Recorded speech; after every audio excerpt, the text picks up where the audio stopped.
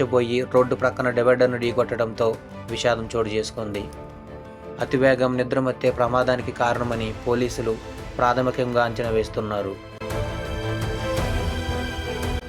నార్కట్పల్లి ప్రమాదంలో ఆమె కారు దెబ్బతినగా ఇటీవల కొత్త కారు కొనుగోలు చేశారు. ఆ కారు కూడా ప్రమాదానికి గురి కావడంతో ఆమె ప్రాణాలు కోల్పోయారు. ఘటనా స్థలానికి చేరుకున్న పోలీసులు మృతదేహాన్ని పోస్టుమార్టం నిమిత్తం ప్రభుత్వ ఆసుపత్రికి తరలించారు. కేసు నమోదు చేసుకొని ప్రమాద ఘటనపై ఆరా తీస్తున్నారు. తండ్రి సాయన్న కోరిక మేరకు లాస్యనందిత రాజకీయాల్లోకి వచ్చారు. 2015లో జరిగిన కంటోన్మెంట్ బోర్డు ఎన్నికల్లో పికెట్ 4వ వార్డు నుంచి సభ్యురాలుగా పోటీ చేసిన ఆమె పరాజయం చెందారు. బీటెక్ చదివిన ఆమె 2016 జీహెచ్ఎంసీ ఎన్నికల్లో కార్పొరేటర్గా ఎన్నికయ్యారు.